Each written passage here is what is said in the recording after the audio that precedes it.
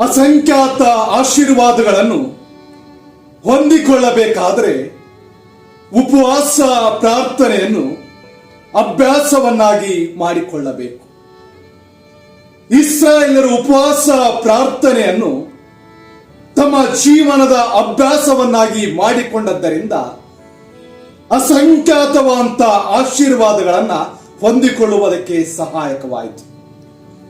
ಬೈಬಲಿನ ಉದ್ದಕ್ಕೂ ಇಸ್ರಾಯೇಲರು ಆಗಾಗ್ಗೆ ತಮ್ಮನ್ನ ಉಪವಾಸ ಪ್ರಾರ್ಥನೆಯಲ್ಲಿ ತೊಡಗಿಸಿಕೊಳ್ಳುವುದಕ್ಕೆ ಮುಂದಾಗುತ್ತಾ ಇದ್ರು. ಉಪವಾಸ ಪ್ರಾರ್ಥನೆ ಇಸ್ರಾಯೇಲರನ್ನ ದೊಡ್ಡದಾದಂತ ಆಶೀರ್ವಾದಕ್ಕೆ, ಅಸಂಖ್ಯವಾದಂತ ಆಶೀರ್ವಾದವನ್ನ ಹೊಂದಿಕೊಳ್ಳುವುದಕ್ಕೆ ನಡೆಸುತ್ತಾರೆ.